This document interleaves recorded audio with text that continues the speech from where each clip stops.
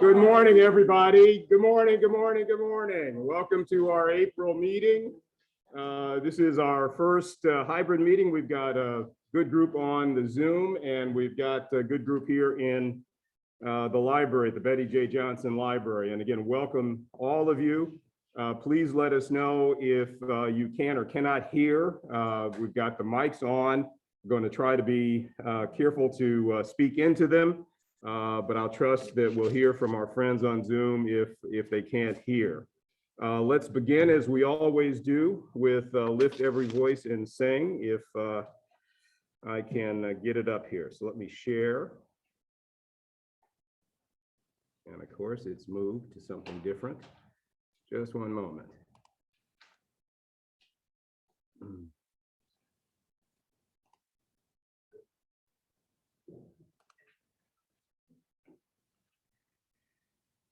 All right, Marianne, I need your help here. How do I? Share screen? No, I want to get to my desk. Share screen. Hold on. I want to get to my desktop so I can exit. I'm trying to get, come here and help me with this. Okay. Trying to get to the David, when all else fails, call the next person. Exactly. Exactly. Maybe it's because it's spotlighted. There it is. There you go. Now you should go back up. Huh? You can go back up to click Zoom. But I got to start it first, right? Well, you can click Zoom. 2020, I was commissioned to write an arrangement of Lift Every Voice and Sing for the Portland Symphonic Choir. This choir stands in solidarity with all those who condemn racial violence. We resolve to use our voices, our platform, and our humanity to promote a culture of inclusivity and equality for all.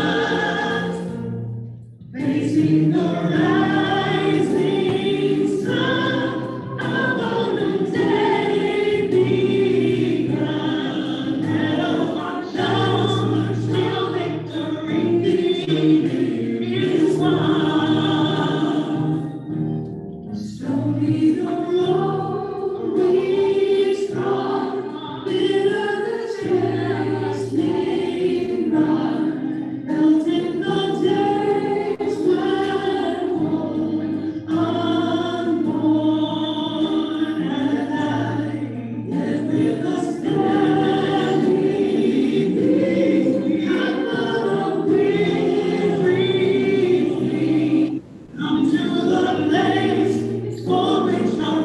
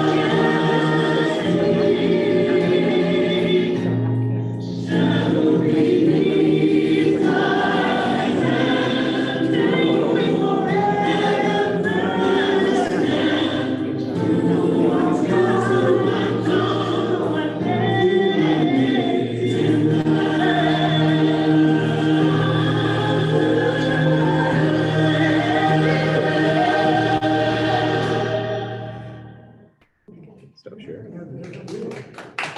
Excellent, excellent. We gotta get to the video. All right. Again, thank you all for joining us, and I'm going to hand this over to Gary Giscombe for our moment in history.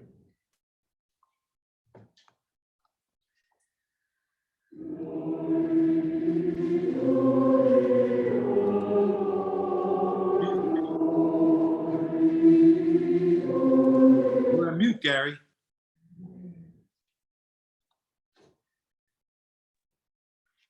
Okay. This morning, I am honored to bring to you one of my golf buddies. And he is friends of several people with this organization. He's friends with Nancy and George Jordan, John and Jerry Gibbs, and I don't know who else. But he's well known. Once you hear his bio, you will know that you either know him or you should know him. Noel Hankins is a founder of the Best of Friends, a group that promoted discotheques in New York City, started in 1971. They own Leviticus, Justine's, Bogart's in Manhattan, Brandy's in Brooklyn, Leviticus, Lucifer's in Queens. These nightclubs paved the way for the Studio 54, Saturday Night Fever, and the national explosion of disco in the 1970s. Noel is a founder of the Thurgood Marshall College Fund and served as its vice chairman. The fund has raised over $300 million so far and helped secure and prepare over 260,000 students for career success via scholarships and leadership training. We've all been touched by Noel in his professional life. Noel is a retired senior executive who managed some of the world's most famous brands at Moet Hennessy and Miller Brewing. He's written speeches for CEOs and has been published in Vital Speeches. President Clinton, Bill Clinton, appointed Noel to his board of advisors on historically Black colleges and university, where he provided counsel to the president for 7 years. Noel holds a BA from Queens College, a marketing certificate from Wharton School of Business, an honorary degree doctorate from Medgar Evers College. He's a member of Kappa Alpha Psi. Yeah. He has been the Sire Archon for the Boule in New York. Noel resides in East Hampton, New York, with his wife, Gwen, and I miss him. Noel, you've got it. All right, thank you so much, Gary. I miss you guys too, and we're gonna start up golf soon. So right now, what I'm looking to do is put this, share the screen. I see you have Gave me the capability already. The host says disabled participant screen sharing. Can I ask the host to enable it?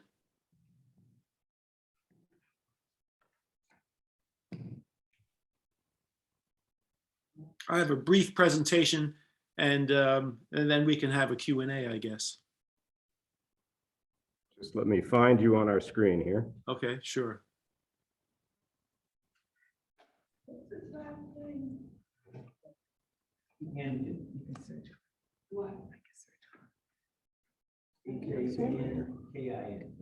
You just, Here he is, here he is. can you make him a co-host? I can't. Why is it dancing?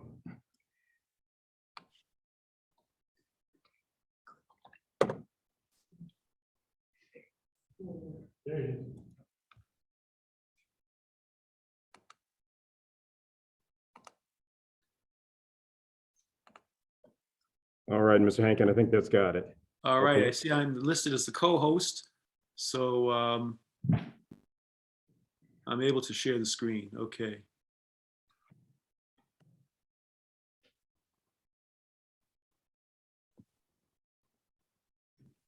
Can everyone see the presentation?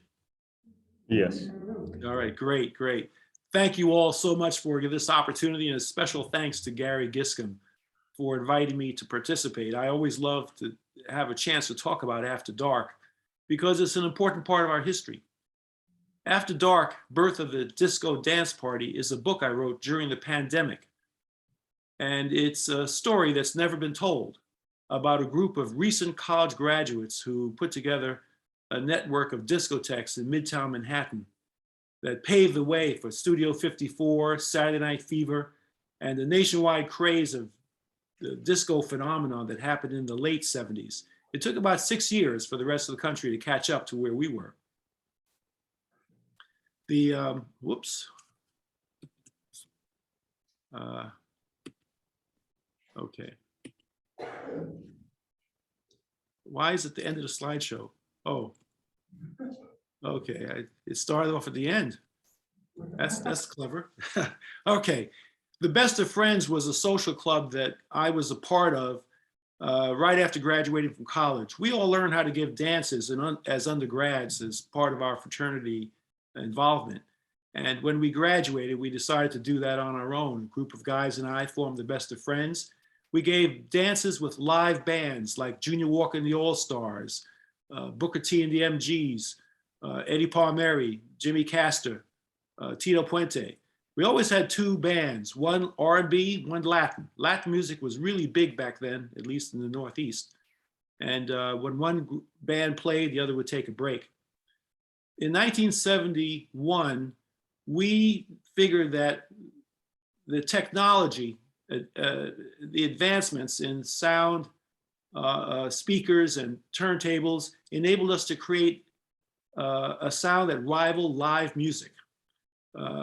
With powerful, crystal clear speakers, we put together, starting with the Ginza and La Martinique, we put together a network of discotheques in Midtown Manhattan, featuring after work sets with dancing to recorded music. This had never been done before on the scale we did it. And what we recognized is that if we had good DJs, and we had two good DJs, some of my partners who taught themselves how to spin records, they learned how to take one turntable and blend it into the second turntable so that when dancers were on the dance floor, they didn't miss a step from one song to the next. That was not possible with live music. And it was not something that we had ever experienced before. Technology enabled that to happen. And with particularly popular songs like Theme from Shaft, when it came out in '71, it was red hot. We would have two copies of that record, and our DJs would play the bridge or other parts of the song over and over again. It drove dancers wild, especially when you combine that with ever-changing colorful lights and strobe lighting, and of course a disco ball, and the welcoming environment that we created. It was a transformative experience for a lot of people who came. And in fact, some described it as euphoric. Now, when we started, It was started off a little slow the first week, but once the word got out, it spread like wildfire. The line was down the block and even around the corner as the weather warmed up in 1971. We started in February 71. And what started happening is our DJs recognized that they needed more music with infectious, danceable beats. And so they would go to the record shops. Back then, you could put on earphones and listen to music before you buy it. And they would spend hours listening to all kinds of albums to find cuts with a danceable, infectious beat. And this is how they discovered Manu Dibango, a guy from the Cameroons in Africa, who put together a great song, which you might remember, Soul Makossa.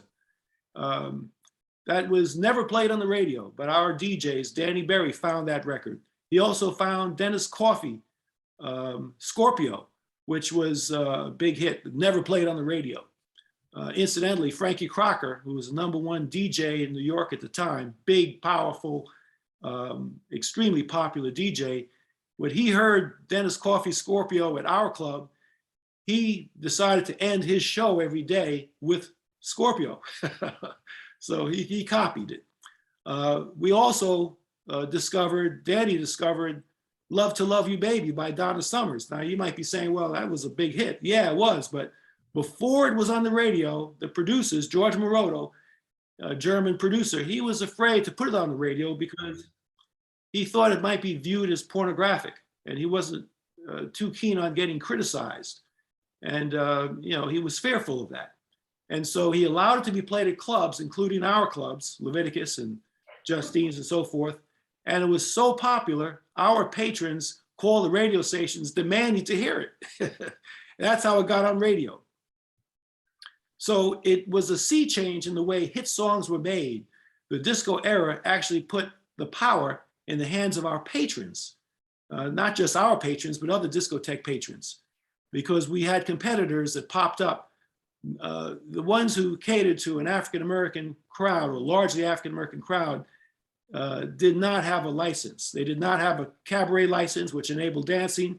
They didn't have a liquor license, which enabled them to pour drinks across a bar. But they nevertheless attracted people and contributed to the disco craze because it just gave people more options. All of our clubs were properly licensed. We were never underground. A lot of books and articles describe disco as starting in Black, Hispanic, and gay underground clubs. We were never underground.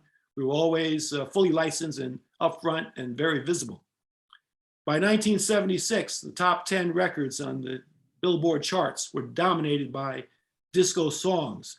In fact, it got so popular, over 200 stations, radio stations across the country, shifted their programming from rock or soft rock, hard rock, whatever, to disco. And that pissed off some people who love rock.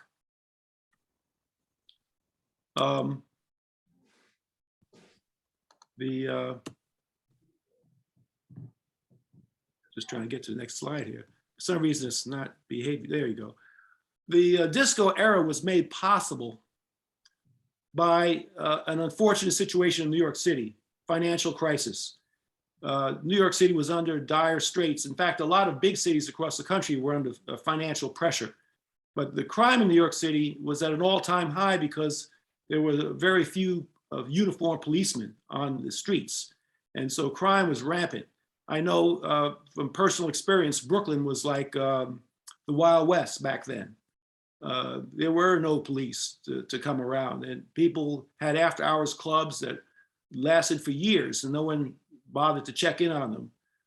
We never did that because we were afraid of the implication on our other businesses. But the mafia was at full strength.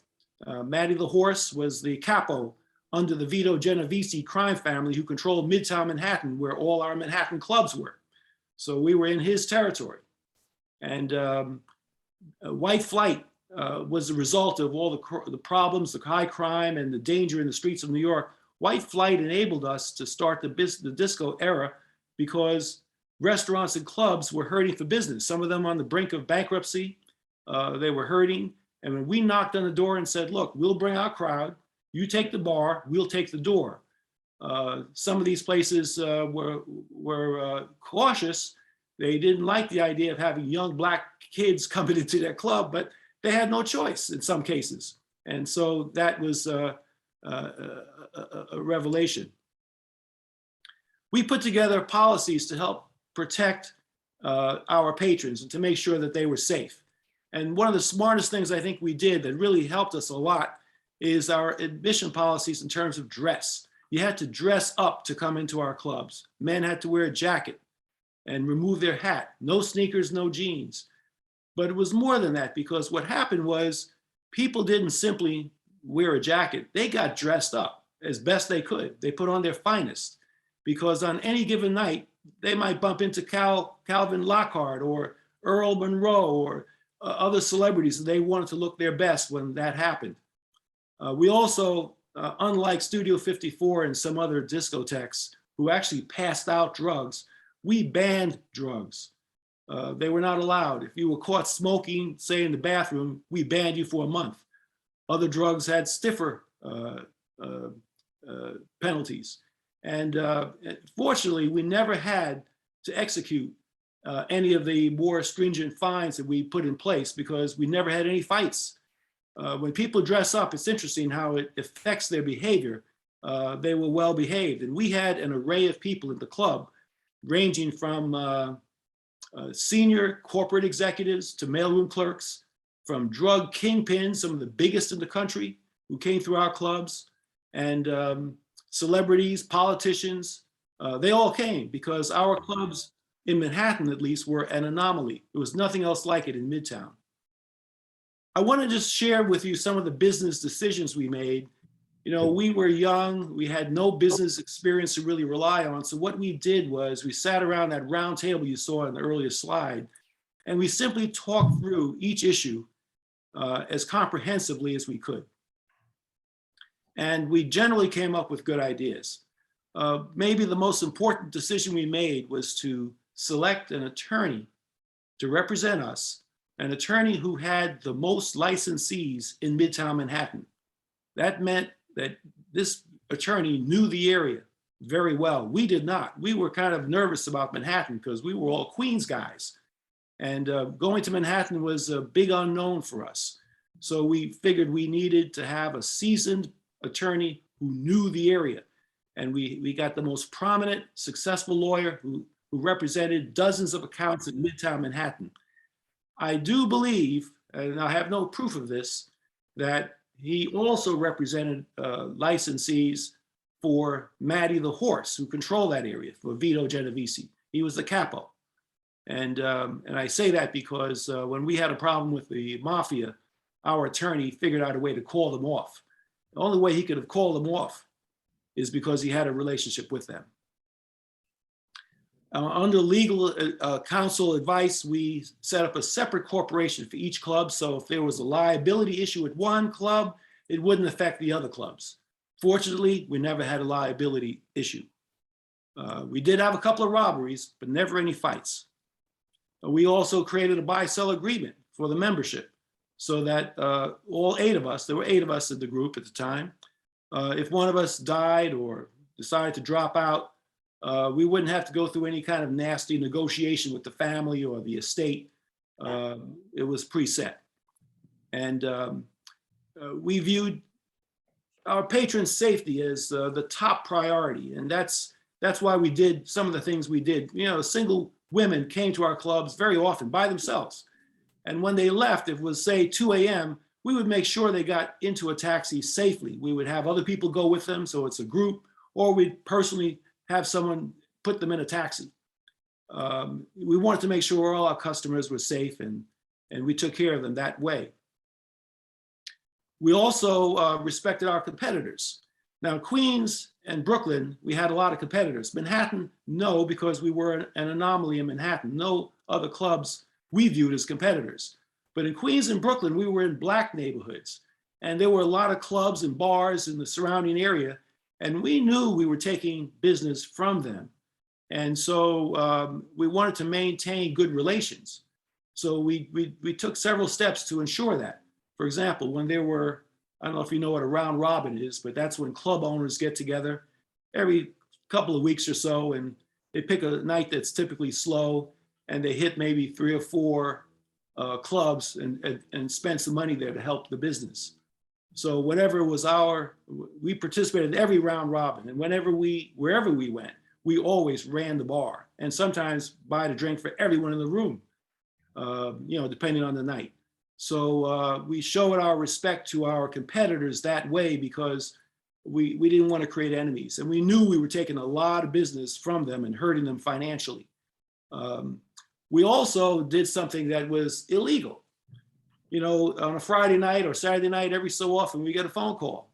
Hey, I ran out of Hennessy or Scotch. Can you spot us a couple bottles? We'll replace them next week. Now that is illegal, but we did it because we wanted to maintain the relationships. We had 5 clubs, and this is the order in which we opened them. We built Lucifer's in Queens as a way to learn how to manage a bar, how to hire bartenders, how to make sure we didn't get ripped off at the bar, and how to pay all the taxes that are appropriate, workers' comp and all that kind of stuff.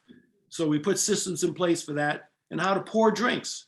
We use a system called Auto Bar, which put a meter on every bottle. So when you tilt it, you got exactly 1 ounce. That way we could control the amount of liquor being poured.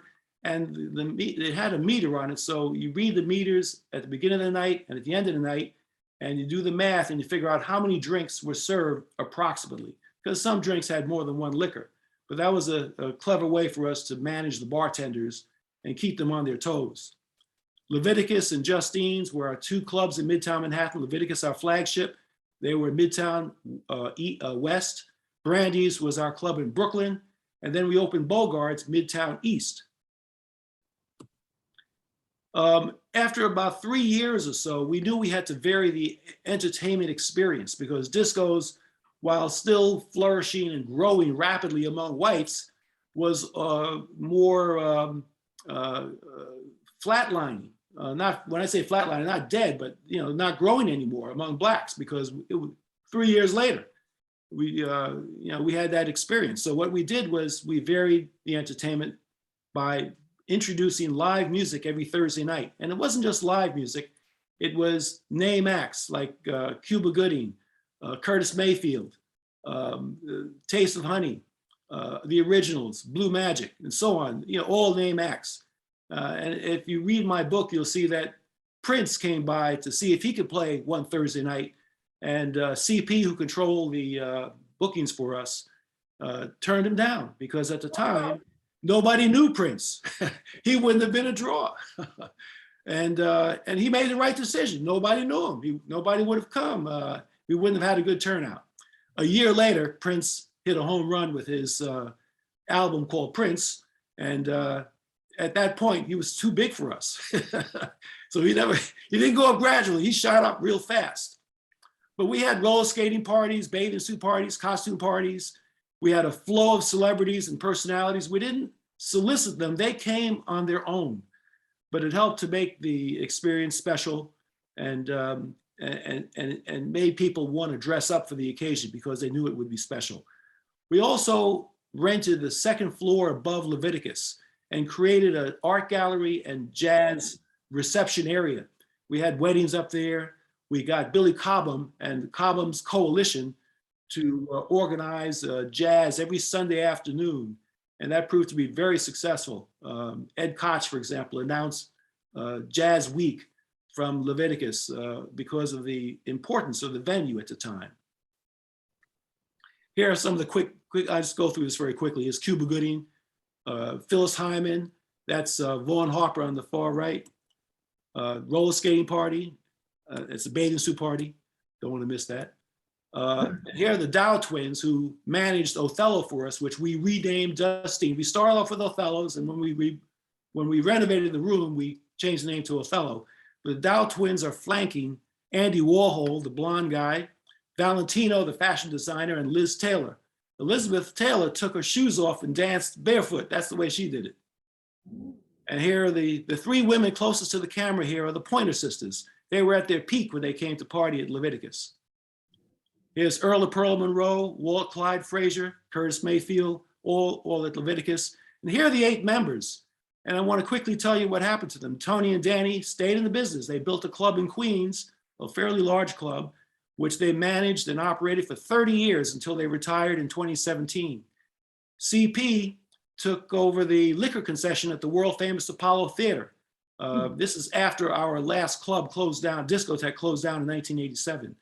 Harry Felder, who was in charge of our construction projects and renovation projects, he worked for the Department of Education and supervised their brick and mortar needs.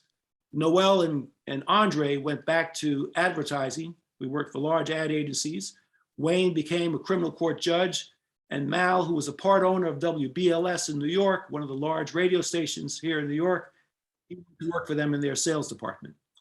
And so that's the story of After Dark, birth of the disco dance party. It was significant because we never, and I just want to make this one point. Black folks started the disco craze. Black folks started it. And when you look at the clubs we created, they were successful because of the energy that the Black community brought to it. We had whites, we had Hispanics, we had Asians in our clubs, but primarily it was African Americans. And that energy they brought and their ability to show how to enjoy that environment spread throughout the country gradually. There were discotheques before us, but they did not start the disco craze because they didn't have what we created. They catered to an older white crowd. They were expensive, so it was not as inviting and as accessible as our clubs were. So that's it. Thank you.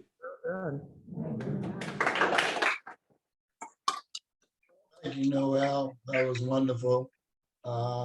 Anyone have any questions for Noel? I have a comment. Well, I lived in New York from 1966 to 1973. Mhm. Was in some of those clubs. I never got banned from any. Well, thank you so much. And I remember those songs, and I remember Frankie Crocker. Yeah. Yeah. Yeah, he was big. And Frankie Crocker, you know, you can hear some of his programs on YouTube. And when I go back and listen to them, it's not as good as I thought it would be. Harper was a lot better, I can tell you that. Noel, Yes, sir. you bring back memories, sir. I was in high school in 1965 and went away to college in 1966. And a bunch of our fraternity brothers from high school rented the Riverside Plaza in 1966. Hmm. And we had Jimmy Kester and Joe Quijano put on a disco for us. There you go. We made a lot of money, went Yeah. back to college and thought of nothing of continuing what you did. So you bring back memories. I want to thank you for all that you've done and your friends and all the things that you did to keep forth the disco craze and creating your own history. Yeah, thank you. Thank you. Yeah, it was that was a wonderful time for all of us, I think, because it was socializing was it was very safe the way, you know, like the dance you described with Joe Quijano and Jimmy Castor, those are great times. You never had fights or problems. It was people seemed to just enjoy each other's company. Noel, tell them about the incident where some thugs came in and then they disappeared. Oh yeah, yeah. One night, two guys came by Leviticus, which was our flagship, and wanted to speak to the owner. So we called Tony Cooper, who was our president. Said, you know, I want to talk to this guy. These two guys. One was white, one was black, and they were well dressed. And Tony had them walk around the block with him because it was so loud in the club. He didn't want to take them to the office because he didn't know who they were. So they stepped outside and started walking around the block. And the black guy, Tony knew. His name was Gopher. And Gopher was, he was a bit of a gangster. Gopher introduced him to the white guy, and the white guy said, you have a nice club here. You know, it looks like you're doing well. We're going to help you. We're going to protect it for you. And we'll charge you $500 a week. So we got scared when Tony got back. He said, look, I got partners. I got to talk to them, and I can't make that decision on my own. And so we called David Schwartz, our attorney. This is where the attorney came in handy. Said, David, what should we do? Call the police, the FBI? How do we handle this? And David said, look, let me get back to you.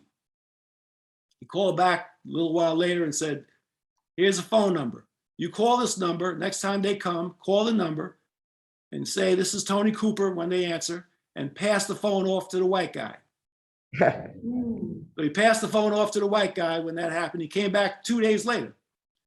And the white guy said, who is this? And then his tone changed when he realized who was on the other line. We never knew who was on the other line, but obviously somebody that he respected because he got very humble and said, oh, sorry. Oh, I didn't know. He backed off. And when he finished on the phone, he told Tony, sorry about that. This will never happen again. You won't see me anymore. And he left and we never saw him again. Great story. So I think, you know, logically, whoever was on the phone was the boss. And I do believe it probably, or could have been, Matty the Horse. Matty the Horse Iannello was the capo for Vito Genovese. And Vito Genovese, by the way, was the most powerful crime boss in the country. There were 5 families in New York. He was the head of the 5 families. He was the top dog. He replaced Lucchese, you know, Lucky Luciano, rather. Remember Lucky Luciano? He was convicted and deported, but his crime family was replaced by Vito Genovese. You mentioned the Genovese family and drugs. Was there any hard sales to you to have drugs in the clubs? And the reason why I'm saying this is because my pastor, who was Italian, was a pastor of a Catholic church in Harlem during that time. And he's told me many stories about how the Genovese family brought drugs into Harlem. Because Harlem was a test case. They didn't take drugs to the white community, they took them in Harlem first. Right. That's right. That's right. No, we never had a problem with drugs infiltrating our club or someone trying to, you know, and I'll tell you, the mafia was different back then. I don't know how it is today, but back then, if you kept your nose clean, if you were doing nothing illegal, if you never asked for a favor or never borrowed money, they tended to leave you alone.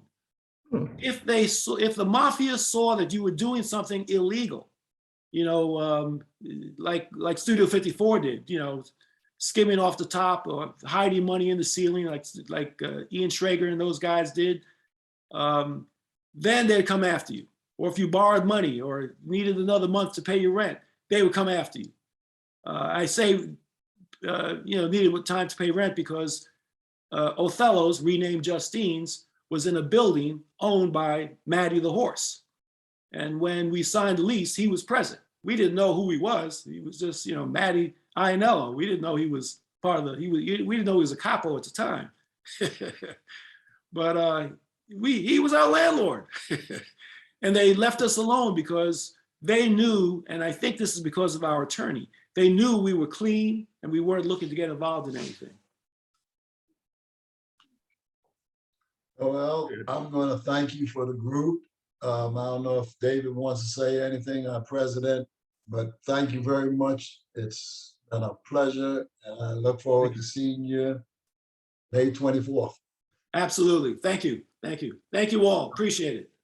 Noel, No, join with, No, great please stop executive. sharing your screen. No, please stop Oh. sharing your screen. Okay, I'll do that. Oh, there you go. Thanks again, Mr. Hankin. It was a great presentation, and we'll have that preserved in our library and available to our community. So thank you again. Thanks, Gary. Also, the book is a great read. It brings back many, many memories. Yeah, So, thank you. enjoy it. All right, thank you so much. Thank Thank you. you all. I Thank appreciate you. the opportunity. Thank you again, Gary. All right, folks. Enjoy the rest of your meeting. Thank you. So we will move into the rest of that meeting, and apologies for the disturbances you've heard throughout. We're trying to keep microphones working here in the room, and hopefully you all on Zoom can hear. For my report, our minutes, which were attached to the meeting notice by Marion, hope you'll have had a chance to look at those. They will be accepted subject to corrections, exceptions as we go forward. 3 or 4 points for the good of the order. You all have heard us talk from time to time about the Florida Coalition. These again are the 6 Florida branches, including ours, obviously. We have created an initiative to address the Woke Act, address DeSantis and what he's doing in our schools. And we're going to work together as the Florida Coalition with Dr. Marvin Delaney, the president of ASALH. You'll hear more about that, but I do want you to know that that's not going unaddressed by us here in Florida, since, again, it's our governor who's doing most of this craziness. I'll also mention in the same vein, you've heard me speak before about the Manatee School Board's African American History Task Force. This is a task force that's been in place for more than 2 years. The objective of which is first to ensure that the standards are being followed on the teaching of African and African American history.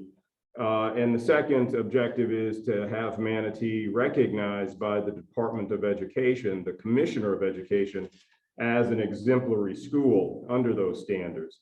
You're not surprised to hear that this recent foolishness out of Tallahassee has created some delay in that process, but it is ongoing. We met last week at the school board. There was an update at their workshop by the head of the task force, Latrina Singleton. And in May, we expect that the school board will vote on the proposal that's related to this African American History Task Force. We continue to encourage our members to attend both the school board in Manatee as well as Sarasota. What they're trying to do to our schools, I think, should be obvious to everyone now, if not completely do away with public schools. They're certainly trying to remove us from the curriculum, our history, our culture from the curriculum, and we won't stand for that. Last couple of items, you'll hear more about the Giving Challenge. Let me thank you in advance for contributions to the Giving Challenge. Let me thank you in advance for all of your contributions over the last year toward both our scholarship and our general funds. And you'll also hear more about the endowment. We mentioned last week that we're working with the Community Foundation of Sarasota to create an endowment, which was really a concept that grew out of Fred White's fundraising committee and their impetus really to create an endowment that would also support our ongoing scholarship needs. So I just want to thank everybody for your continuing financial support for Minnesota ASALH. And I'm going to pass this on to Alan Morton, our treasurer, for his report.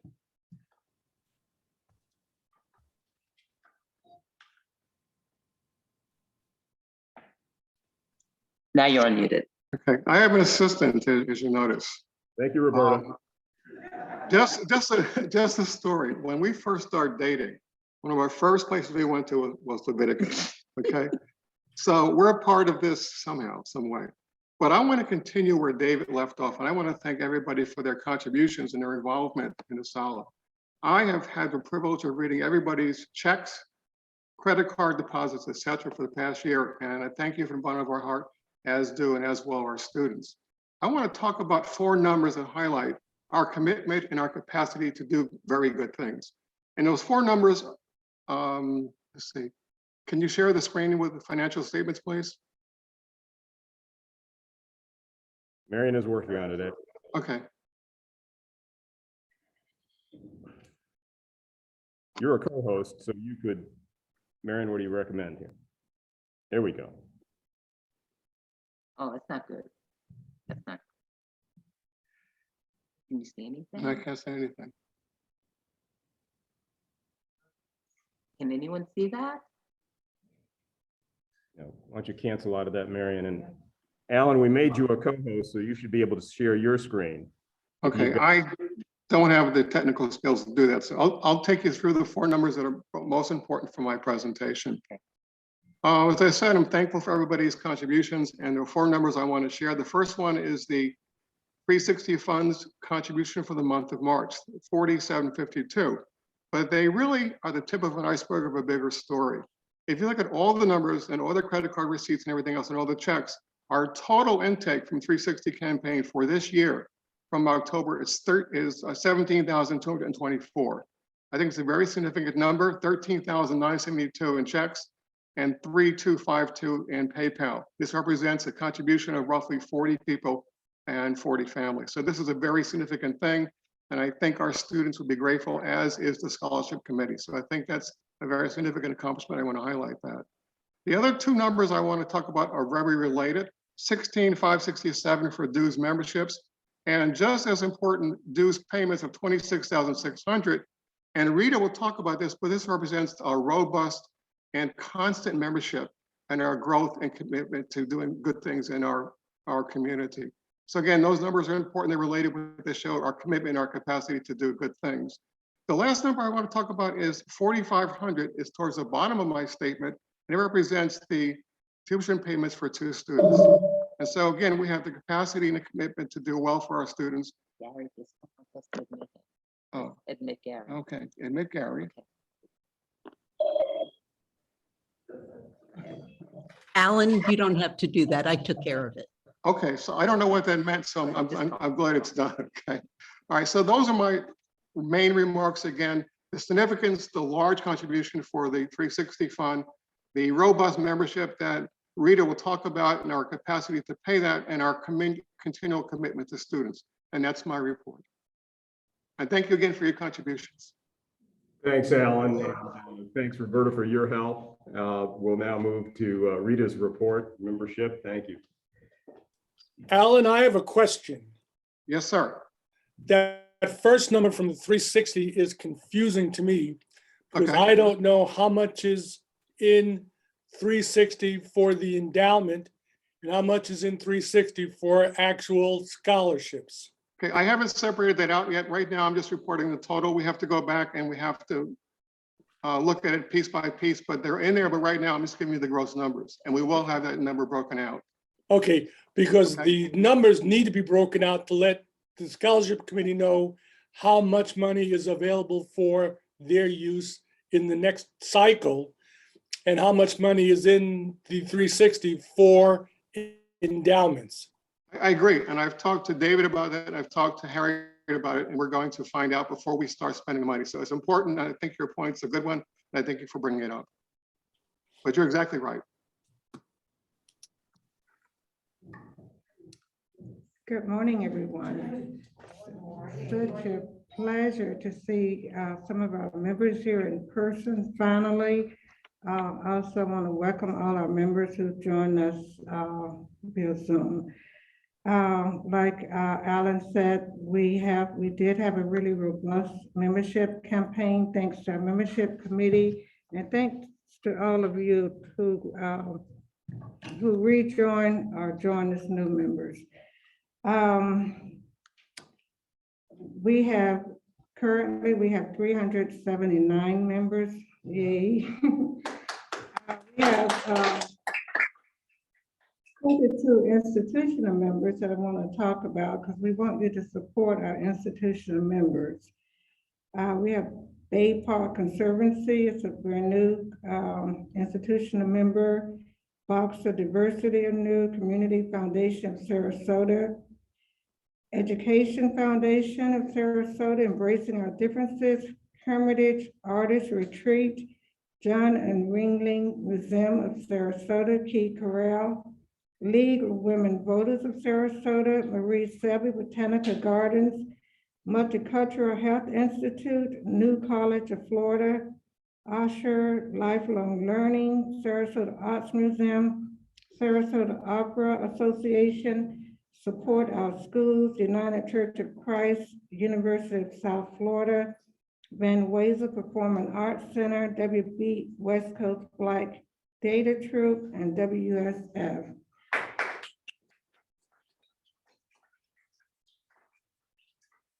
Again, we want you all as members to support these organizations because they support us. And you may have seen some of their information via email. They're offering discounts to our members, so you can take advantage of those. Also, coming out in the mail, probably within the next week, our president put together a brochure, and I'll show you. Hold on. You see it? Anyway, we have a brochure here that's going to be coming out in the mail to you. It's chock full of all kind of really good information about, there's a history of ASALH, branch highlights, meeting dates, our website, and other information, so that you'll find very useful. Are there any questions? Rita, this is Linda Crump, and my only question is, on the brochure for May, what date does it say? The 21st. Okay, thank you. Changed it. Yeah. Okay, are there any other questions? Sorry. You send me those emails. I'm sorry? You send me the list of institution members by email. Oh, yes, absolutely. Okay. Okay. One last thing I was gonna say, our membership renewal period starts in September and goes through the end of November. Thank you. Thanks, Rita. All right, thank you, Rita. And let's move on. Marion, any report from the corresponding secretary? All right, Fred? Fred White will give our recording secretary and fundraising report in combo.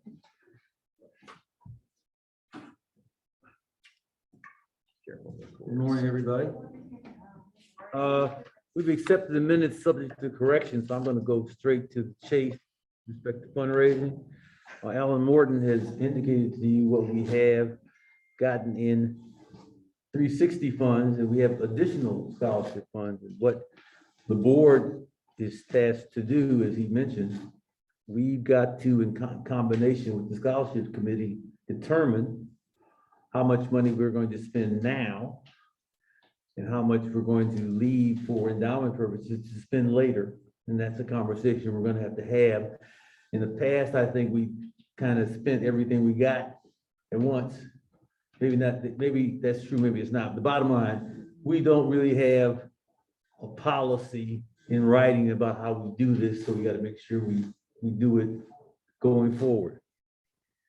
I don't have in my information the money we made from t-shirt sales, which will be going to scholarships. So I've got to get that from the Crumps, and it may be detailed in Alan's report, but I'm not sure about that. Our president has already discussed, I believe, our efforts to establish an agency account with the Community Foundation of Sarasota for the purpose of establishing a scholarship endowment fund. We thank in particular the Crumps and the Giscoms for kickstarting that idea. As you know, or most of you know, Minnesota ASALH is going to participate in the Day of Giving, which starts at noon, April 26th? 24-hour period where you will be able to give to Minnesota ASALH. And for example, you give $100, the Community Foundation will match that 100%, and you get a free t-shirt. So that's, a lot of you will be getting information. I think I have about 5 different groups that want me to give $100, which I'm going to do. I think if you think about the collective amount of dollars we can generate by generating $100 a person, matching $100 to the Community Foundation is a really good thing. And the person who has really been instrumental in dealing with that situation is Marion. If you have any questions, you need to ask Marion because she has many more answers than I do. Last thing, Randy Rankin. I've been working with Donald Reeves and Roland Thornton. We are trying to set up a situation we can hold Randy Rankin again in some form or function in the spring of 2023. And the three of us are supposed to have a meeting sometime in the next 2 weeks, figure out how we're going to do that. And as we get more information, we will pass it on to you. Questions? Because if you have more questions about the day of giving, Marion is the person to direct those questions. Fred, Yes? I think you made a mistake when you said we're selling T-shirts. We're not selling T-shirts, I thought. We're giving them away with a donation to the scholarship fund. I think I said free T-shirt. Yeah, but that was the second time Free. you said it. The first time you said it, you said we're selling T-shirts. Well, We're then not- I'm wrong. I apologize. Yeah, it's very important. We're not selling anything. We're I giving never said away. that. All right, thank you, Gene, for the clarification. Thank you, thank you. That's the cord. Okay. All right, we're going to move then quickly to our committee reports. Paul Tolliver is traveling. We'll move right to Harriet and our scholarship committee report. And toward the end of our meeting. A lot of our members are traveling today. Speak through that. Okay. Okay, good morning, everyone. So nice to see Speak you. into the mic, Harriet. Okay, can you hear me? Yes. Okay, good. So excited because 14 out of the applicants will be receiving a scholarship this year, representing 10 high schools from Manatee and Sarasota counties. The GPAs are ranging from 4.0 to 5.0, where they will be attending Harvard, Yale, Duke, and universities throughout Florida, as well as HBCUs. The amounts awarded will be determined for the award ceremony, and we will be handing them an envelope in person right here, May 21st at 10 a.m. And so I'm so excited because these students are just wonderful, wonderful students who have achieved so much. It's incredible. Every year it seems to be that way, but more and more so, it just grows and grows with what they have done and accomplished for their community service, as well as their scholastic achievements. So you'll be enjoying hearing them and meeting them on May 21st. So I also wanted to say that we're going to continue to award 3 of the current SNEED students who will be rising juniors, and they will be recognized at the award ceremony, although they won't be here. They're very busy in college, and I've been in touch with them, and they have all good news for me that they're doing really well with their internships and all of that they're doing. Also, we are really thrilled to recognize the original 3 Cheryl Watkins SNEED scholars. They are the recipients who are going to be graduating this year. And I just want to mention their names. Isis Madden, UCF, majoring in neuropsychology and going on to fabulous things, who is going to be a wonderful psychologist. Taylor Pitts from UCF, majoring in mechanical engineering, and Jaylene Brown from Howard, going into the medical field, majoring in biology. So we're so proud of them because we've been watching them all these years and see them grow and do so well. So I hope to see you May 21st. Thank you. Thanks, Harriet. Let's see. Jean and Linda Crump, our Education Committee report, please. David, the Education Committee is proud to say that we've did our April Beyond Black History Month with Paul Ruffin. He talked about the West Coast Black Theater. In May the 19th, Fran Taylor is talking about the health professions and the lack of numbers in the health professions. I think we are reporting that we have an intern for next year, and we will select one between now and May 23rd for next year. And I think I want to talk to the membership by saying next year we need new members to be on the Education Committee. We need their input on topics for next year and their participation in putting on those projects for next year. And we've had a very good year from our standpoint, from the Education Committee. And if Linda has nothing else to add, I'm finished. Nothing additional. Thanks, Gina and Linda. Any questions for our Educational Committee chairs? Doing a great job. And if you all have not seen the Beyond Black History Month, you're missing an opportunity. And it's on our website, so you can go back and recover those you might have missed. Let's conclude. Fred, anything else on fundraising? Very good. Bo is traveling, but he did send an update, and I'll begin with sad news that our member, Ronalda Hobson, did pass, I believe 2 days ago. If you recall, her husband Ashby passed a month or so ago. And so please keep Ronalda's family in your thoughts. And Bo also mentioned that he has sent cards to Laura Smith Harris and Lewis Allen, and also a sympathy card to Ray Wilson. So as we get more information on services regarding Ronalda Hobson, we'll pass that on to our membership. That completes our committee reports. Any new business for the good of the order? Linda will let me know if there's any on Zoom. Any old business? Any announcements? Hearing none, the chair will entertain a motion to adjourn. Made and seconded. The meeting is adjourned. Thank you all for joining us and for putting up with our technical challenges in this first hybrid meeting.